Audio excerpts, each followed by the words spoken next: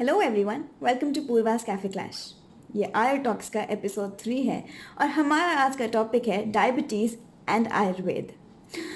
Today will be having doctor Sachin Chauhan with us, जो कि assistant professor है शुभदीप आयुर्वेदिक मेडिकल कॉलेज में। He has been practising Ayurveda since 13 years. He works at Charak Ayurved Hospital and Reva Ayurved Hospital, Indore. Let me just add him.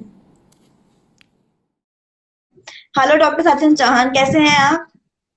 मैं बहुत अच्छा हूँ पूर्वा, आप कैसे हैं? एकदम बढ़िया sir. Thank you so much for joining me. Thanks lot, thank you very much. Sir, आज का जो हमारा टॉपिक है वो है डायबिटीज।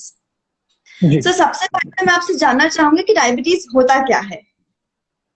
पूर्वा, बहुत बेसिक चीज मैं आपको सिंपल तरीके से बताने की कोशिश करूंगा। बॉडी को काम करने के लिए एनर्जी की जरूरत होती है और एनर्जी हमें मिलता है ग्लूकोज से। हम जो खाना खाते हैं उससे हम जो जो भी फूड हम लेते हैं वो कन्वर्ट होता है ग्लूकोज के रूप में। और जब बॉडी में एक्सेस ग्लूकोज प्रेजेंट होने लगे तो उसे ही डायबिटीज कहते हैं। चाहे वो ब्लड में एक्सेस ग्लूकोज हो या यूरिन में एक्सेस ग्लूकोज हो, उसे ही डायबिटीज कहा जाता है। अब हमें इसको समझने के लिए दो पॉइंट और समझने पड़ेंगे। उसमें सबसे पहली बात है कि ग्लूकोज कैसे बनता है। तो जो हम रिच कार्बोहाइड्रेट यूज करते हैं, खाते हैं, उससे ही हमारा ग्लूकोज तैयार होता है। और ग्लूकोज को बनाने के लिए, कार्बोहाइड्रेट से या फूड से ग्लूकोज को कन्वर्ट करने के लिए सबसे ज्यादा इंपॉर्टेंट पार्ट होता है इंसुलिन का। पूरा इंसुलिन क्या काम करता है, ये पेंक्रियास से सिक्रीट होता है। ग्लैंड है हमारी बॉडी में पेंक्रियास, जिसे पित्ती कहते हैं सिंपल भाषा में। उस पेंक्रियास से सिक्रीशन होता है इंसुलिन का, और वो इंसुलिन जब प्रॉपर सिक्रीट होता है तो वो ग्लूकोज को, सॉरी, कार्बोहाइड्रेट को ग्लूकोज में कन्वर्ट करता है ओके। और उसी के द्वारा हमारे सेल्स में इकट्ठा होता है। तो हम जी। सिंपल सी भाषा में कहें कि लेक ऑफ ग्लूकोज या sorry excess of glucose is diabetes. Okay sir. Sir, तो इसमें कुछ टाइप्स होते हैं, कुछ अलग अलग टाइप की होती हैं कि इट्स जस्ट वन टाइप? नहीं नहीं, इसमें बहुत अलग अलग टाइप है। हम आयुर्वेद से देखें तो आयुर्वेद में तो डायबिटीज में बहुत 20 टाइप्स दिए हुए हैं। उसमें एक टाइप में मधुमेह है, मतलब प्रमेय आता है हमारा। जब हम चिंता करते हैं, इस विषय पर डिस्कस करते हैं कि कितने टाइप होते हैं, तो दो तीन मेन टाइप हम कहें। एक तो होता है टाइप 1, जिसमें बहुत जल्द इंसुलिन डिपेंडेंट हो जाता है पेशेंट, मतलब इंसुलिन बनना ही बंद हो गया, तो वो टाइप 1 हुआ। दूसरा होता है टाइप 2 जिसमें कि इंसुलिन तो बन रहा है लेकिन कम मात्रा में बन रहा है,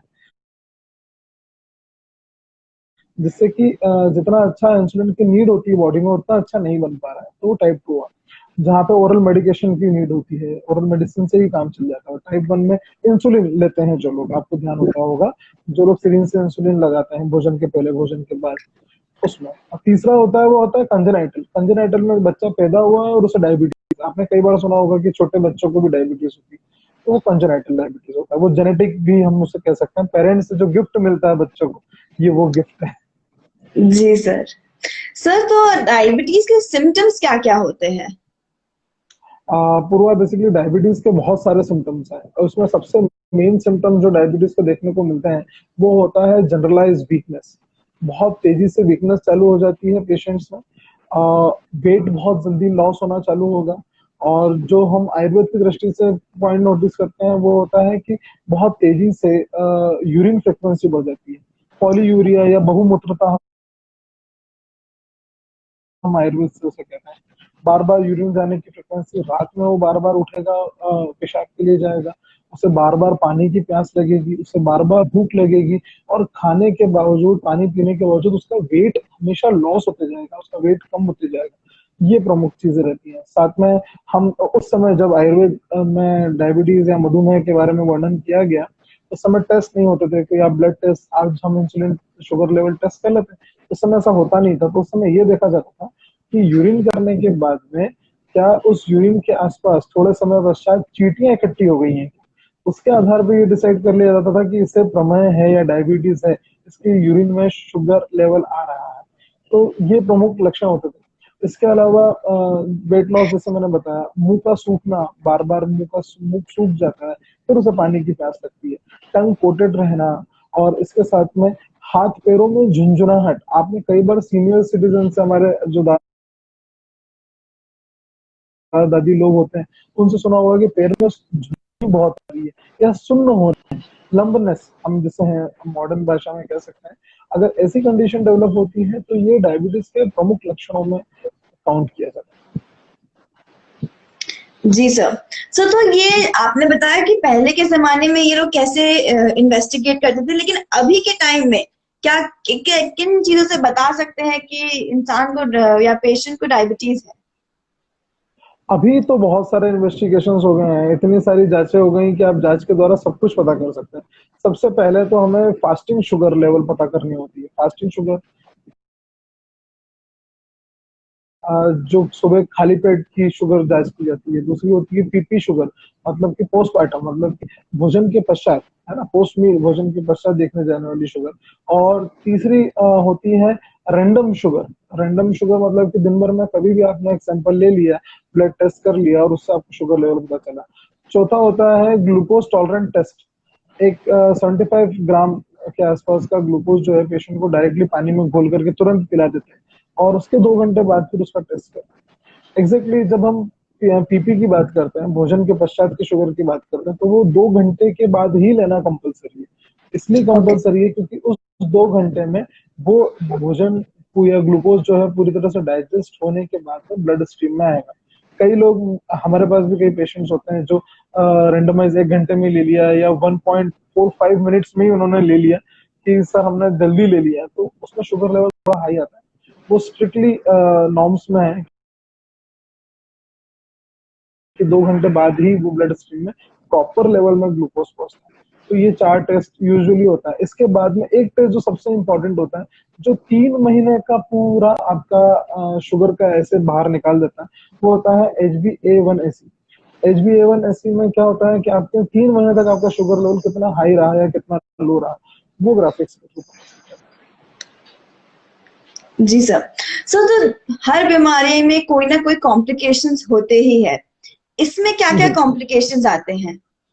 पूर्वा, ये बहुत बुरी बीमारी है और इसे हम साइलेंट किलर कहते हैं। जैसे एक और बीमारी है, हम आगे हमारी सीरीज में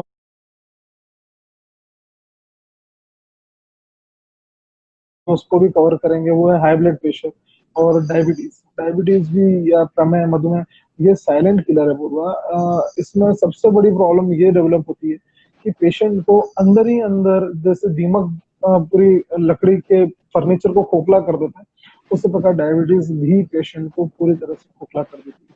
डायबिटिक पेशेंट को बहुत सारी बीमारियां और होने की पॉसिबिलिटी बढ़ जाती है क्योंकि उसका इम्यून सिस्टम बहुत वीक हो गया है।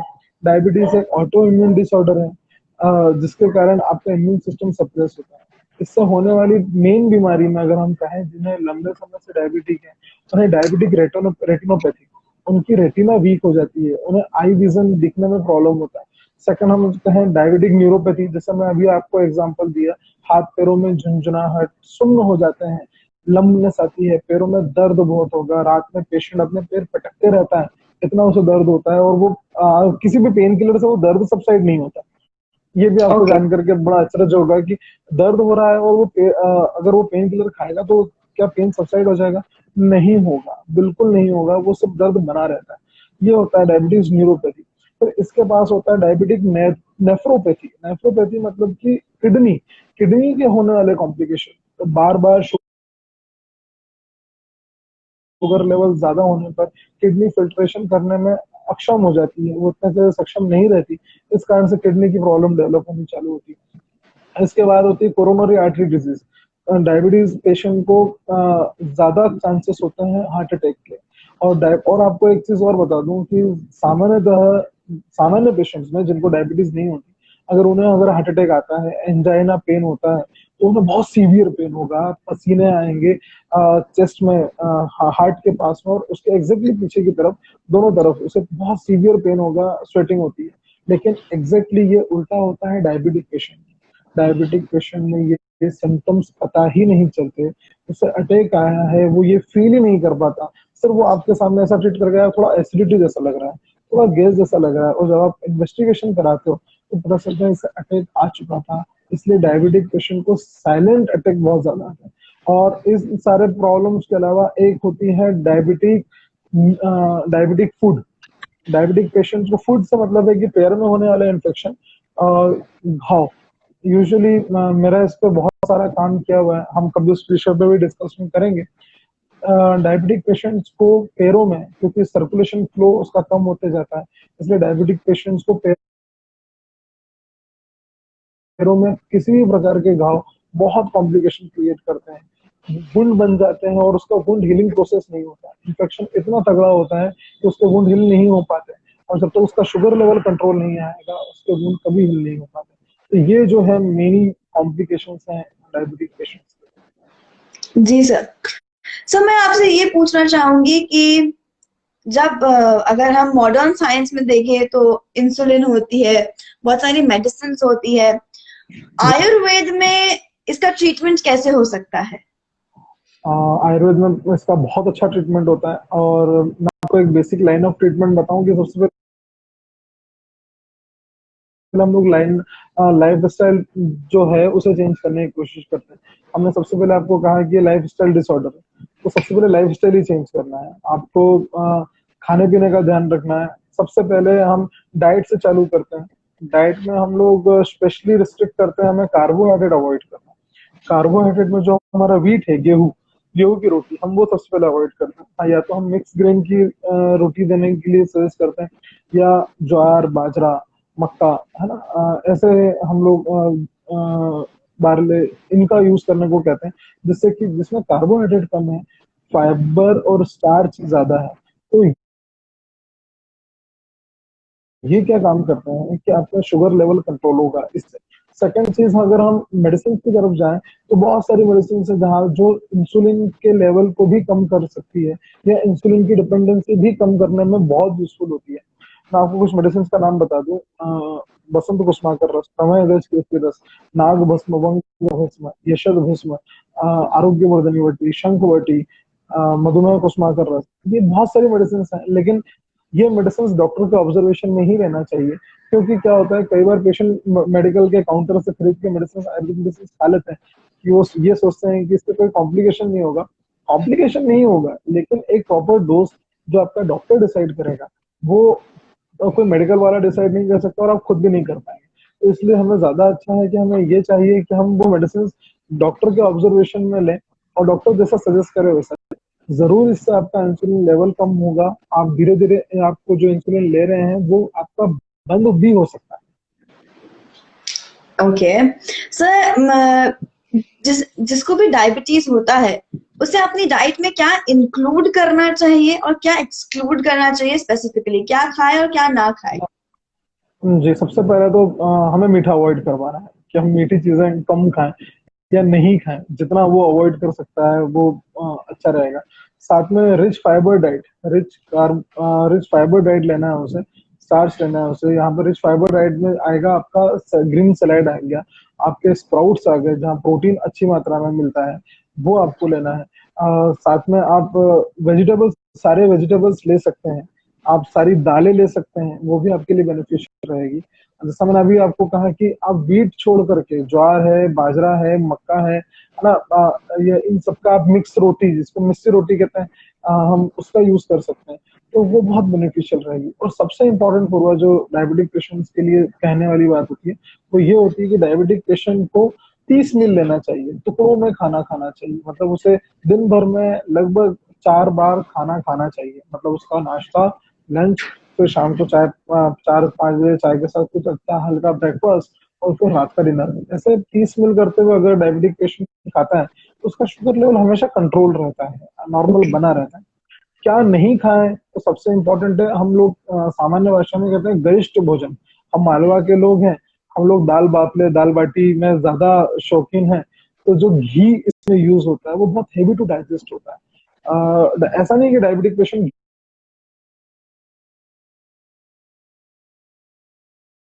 घी नहीं ले सकते, ले सकते हैं, लेकिन उसकी मात्रा कम चाहिए। सब्जी थोड़ी सी घी में बघार के खा सकते हैं, दाल थोड़ी घी में बघार के खा सकते हैं, लेकिन जिस प्रकार दाल बाफले में एकदम वो एक्सेस अमाउंट में जो घी जाता है, वो अवॉइड करना चाहिए डायबिटिक पेशेंट को, क्योंकि उसकी डाइट इतनी अच्छी नहीं है, वो इतना अच्छे से डाइजेस्ट नहीं कर पा रहा है, तो उसको प्रॉब्लम डेवलप होगी। पहली चीज ये। दूसरी चीज ये, जैसे मैंने आपको कहा कि रिच कार्बोहाइड्रेट डाइट अवॉइड करें। नॉनवेज नॉनवेज वो अवॉइड करें, क्योंकि वो उससे एक्सेस ग्लूकोज उसको मिल रहा है। अंडे उसे अवॉइड करना चाहिए, उसे मीठी चीजें अवॉइड करना चाहिए। वो फ्रूट्स ले सकता है, लेकिन उसे आम अवॉइड करना चाहिए, चीकू अवॉइड करना चाहिए, जिसमें एक्सेस शुगर रहता है। ये दो चीजें उसको अवॉइड करना चाहिए। इसके अलावा वो सभी चीजें ले सकता है, फ्रूट्स में जी भी। सर। फ्रूट्स और रिच फाइबर डाइट ये मस्ट है। जी सर। सर क्या आयुर्वेद में जो ट्रीटमेंट होती है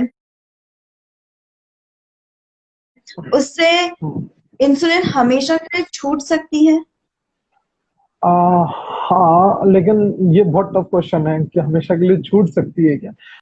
बेसिकली हम लोग कोशिश करते हैं कि हम धीरे धीरे पेशेंट को डोज टेपर करते हुए, मतलब कम करते हुए उसका इंसुलिन लेवल हम लोग उसके इंसुलिन बंद करें। लेकिन इसमें सबसे ज्यादा इम्पोर्टेंट रोल होता है पेशेंट का। अब पता चला हमने हमारी मेडिसिन में उसे शिफ्ट कर दिया, मतलब हमने एलोपैथिक बंद करके, इंसुलिन बंद करके उसे हमने आयुर्वेद मेडिसिन में शिफ्ट कर दिया। और आयुर्वेद मेडिसिन लेने के बाद में पेशेंट को अगर ये लगने लगे कि यार मेरी तो शुगर नॉर्मल हो गई है, अब मैं सब कुछ खा सकता हूँ, तो वो सारा के सारा कॉम्प्लिकेशन क्रिएट कर देगा। और फिर उसकी शुगर लेवल एकदम से बढ़ेगी, और बढ़ने के बाद फिर डॉक्टर उसे बोलेगा कि आपने इंसुलिन क्यों बंद करी, आपको तो इंसुलिन नहीं बंद करनी चाहिए थी। तो ये थोड़ा सा ज्यादा रिस्की होता है पेशेंट के लिए। हाँ, हाँ, हमारे पास कई एक ऐसे पेशेंट्स हैं जिन्होंने इंसुलिन ड्रॉप कर दिया है। वो ओरल मेडिकेशंस पे हैं, उनमें इंसुलिन लेने की आज तक जरूरत नहीं पड़ी। उनका शुगर लेवल भी कंट्रोल रहता है, वो डाइट लेते हैं प्रॉपरली, वो वॉक करते हैं, एक्सरसाइज करते हैं। और सबसे इम्पोर्टेंट, वो हमेशा शुगर से बचने की कोशिश करते हैं, मतलब वो एक्सेस शुगर कभी लेना नहीं चाहते। जी सर। सर एक व्यूअर क्वेश्चन है कि एक दिन में कम से कम कितनी बार हमें हमारी शुगर लेवल चेक करना चाहिए? मैक्सिमम आप 5 बार तक शुगर लेवल चेक कर सकते हैं। मैं सबसे पहले तो खाली पेट, जैसा मैंने कहा आपको, फास्टिंग कहते हैं उसे। फास्टिंग शुगर लेवल में आपको पता चल जाता है कि आपका होल नाइट जो आपने रात में भोजन किया है वो सुबह तक कितना अच्छे से पचा है, और उसके जी। बाद में आपका शुगर लेवल कितना ज्यादा है। पहली चीज। अब इसमें एक चीज का और बहुत ध्यान रखना पड़ता है कि रात में पता चला आप किसी शादी पार्टी में गए थे, आपने बहुत अच्छे से दबा के खाना खा लिया, बहुत मिठाई खा ली, एक्सेस चावल खा लिए, आलू खा लिए, जो रिच कार्बोहाइड्रेट के हैं, आपने वो खा लिया, और आप आकर के अर्ली मॉर्निंग आप शुगर चेक करते हो, तो वो जरूर बढ़ी हुई आएगी, और आप अपने आप को डायबिटिक ना समझें उस चीज के लिए। एक नॉर्मल डाइट पे आप रहें, और उसके बाद आप सुबह खाली पेट की आप शुगर चेक करें। उसके बाद आप भोजन के 2 घंटे बाद, आपका जो लंच होता है, लंच के 2 घंटे बाद, एग्जैक्ट 2 घंटे बाद आपको शुगर चेक करनी चाहिए। उससे आपको शुगर का लेवल पता चलता है कि खाने के बाद आपकी शुगर कितनी है। दिन भर में एक बार रैंडम, जिसे हम लोग रैंडम शुगर कहते हैं, वो आप ले सकते हैं दिन में एक बार, कभी भी, है ना। कोशिश करें कि शाम को 4-5 बजे के आसपास की शुगर को हम रैंडम शुगर कंसिडर कर लें। और इसके बाद में रात के भोजन के पहले, यूजुअली जो लोग इंसुलिन लेते हैं उन्हें रात को भी कई बार भोजन के पहले शुगर चेक करनी पड़ती है कि उनकी शुगर लेवल कितनी आ रही है, और उस हिसाब से फिर वो लोग इंसुलिन लेते हैं। और फिर रात को भोजन के भी 2 घंटे बाद आप शुगर चेक करते हैं कि वो इंसुलिन लेने के बाद में आपको कितना इफेक्ट है। तो दिन भर में 5 बार आप शुगर चेक कर सकते हैं। जी सर। एक और व्यूअर क्वेश्चन है सर कि जिस किसी को भी डायबिटीज होता है, क्या वो हमेशा के लिए मीठा खाना भूल जाए? ये ये लोग बहुत सवाल पूछते हैं, आपसे भी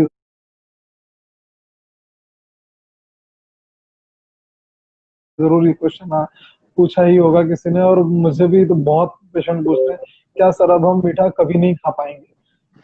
ऐसा नहीं है। आप मीठा खा सकते हैं, लेकिन आपको मीठा कम मात्रा में खाना है। हमारे यहाँ बस मात्रा का कंसेप्ट बड़ा अलग होता है। मैं आपको एक अच्छा एग्जांपल दूं, आयुर्वेद में भोजन करने के कंसेप्ट दिए हैं, और भोजन को लेने का एक पैटर्न बनाया हुआ है। सबसे पहले आपको कौन सा भोजन, या भोजन में कौन सा रस, मतलब क्या लेना चाहिए भोजन। आप पूर्वा शादी पार्टियों में जाते हैं तो सबसे पहले क्या खाते हैं? बहुत सारी चीजें रहती है, ऑप्शंस तो बहुत सारे रहते हैं सर। और आप मीठा कब खाते हो? सबसे पहले शुरुआत ही मीठे से कर लेते हैं हम तो। तो ये सही कर रहे हो आप। एग्जैक्टली कई लोग मीठा लास्ट में खाते हैं, पूरा खाना हो जाता है उसके बाद में मीठा खाते हैं। और जो मीठा भोजन होता है या मीठा रस जो होता है वो हैवी टू डाइजेस्ट होता है, और उसे पचाने के लिए बॉडी को एक्स्ट्रा एनर्जी की जरूरत होती है, एक्स्ट्रा ग्लूकोज की जरूरत होती है, एक्स्ट्रा इंसुलिन की जरूरत होती है, सॉरी। तो जब भी हम भोजन करें, अगर हमारे पास भोजन में मीठे का ऑप्शन है तो हम सबसे पहले मीठा खाएं, लास्ट में खाने के ट्रिक था। और जो लोग डायबिटिक हैं या जिन लोगों को इंसुलिन चल रही है या टैबलेट ले रहे हैं, मेडिसिन ले रहे हैं, आयुर्वेदिक मेडिसिन हो या एलोपैथिक मेडिसिन हो, उन्हें मीठा भोजन की स्टार्टिंग में लेना चाहिए, कम मात्रा में लेना चाहिए, ताकि उनके मन को भी संतुष्टि रहे कि हाँ हमने मीठा खाया है। उन्हें लास्ट में मीठा बिल्कुल नहीं खाना चाहिए, क्योंकि जो गैस्ट्रिक जूस है या भोजन को पचाने के जो रस है जो हमारे स्टमक में रहता है, वो धीरे धीरे कम हो जाते हैं और फिर वो उसको डाइजेस्ट नहीं कर पाता, तो शुगर जो मीठे भोजन को, तो इस कारण से वो थोड़ा सा हैवी पड़ता है खाने के। जी सर। सर लास्ट में मैं एक क्वेश्चन पूछना चाहूंगी कि मार्केट में बहुत सारी शुगर फ्री टैबलेट्स होती है, शुगर फ्री प्रोडक्ट्स होते हैं, बिस्किट्स हो गए, कुकीज हो गए, केक्स हो गए, जिसमें लिखा है ये शुगर फ्री है। जो पेशेंट्स डायबिटिक होते हैं, क्या उन्हें ये चीजें लेनी चाहिए? देखिए, आजकल तो च्यवनप्राश भी शुगर फ्री मिल रहा है। देखिए, ये चीजें बहुत नुकसान करती है। इसमें सैक्रिन शुगर होता है, आर्टिफिशियल शुगर है, ये नेचुरल शुगर नहीं है, आर्टिफिशियल शुगर है। तो ये जो सैक्रिन शुगर होता है, ये लंबे समय तक लेने से याददाश्त की कमी, ये प्रॉब्लम डेवलप होना चालू होती है। यूजुअली आप जो सीनियर सिटीजन होंगे या जो लोग इंसुलिन ले रहे होंगे और वो सैक्रिन शुगर का या जो चाय में इक्वल और शुगर फ्री दो नाम से ज्यादा चलते हैं मार्केट में, ब्रांड है दो, इनको लेते हैं चाय में या खाने में या मीठे में, तो उनकी शुगर के कारण और सैक्रिन के कारण उनकी याददाश्त में बहुत कमी आती है। ये हमने बहुत ज्यादा देखा है। कंपेटिव हम ये बोलते हैं कि अगर आप डायबिटिक हैं, आप बहुत कम मात्रा में नेचुरल शुगर लीजिए, या मिश्री ले लीजिए बहुत कम मात्रा में, और आपका भोजन थोड़ा सा या आपकी चाय थोड़ी सी मीठी हो जाएगी, आपका जो स्वीट है वो थोड़ा सा मीठा हो जाएगा और आप उसको मीठा करके ले लें, लेकिन एक्सेस ना लें। पता चला है कि हम थोड़े की एडवाइस कर रहे हो, पेशेंट ज्यादा ले रहे हैं। और जो बात आपने पूछी सेकंड शुगर, वो बहुत हार्मफुल होती है, क्योंकि वो केमिकल है जो लैब में बनाया जा रहा है, लेबोरेटरी में या फार्मेसी में बनाया जा रहा है, वो नेचुरल शुगर नहीं है। और नेचुरल शुगर नहीं है तो वो बहुत नुकसान करेगी। कंपेरेटिव गुड़ ले सकते हैं जो लोग डायबिटिक पेशेंट है, वो सेकंड की जगह गुड़ भी ले लें तो भी उनके लिए बेनिफिट है। जी सर। सो मैं आज का सेशन यहीं पे एंड करना चाहूंगी, और मैं हमारे व्यूअर्स को ये बताना चाहूंगी कि अगर उनको कोई भी डाउट है इस टॉपिक से रिलेटेड, तो वो कमेंट कर सकते हैं और sir would be happy to help you.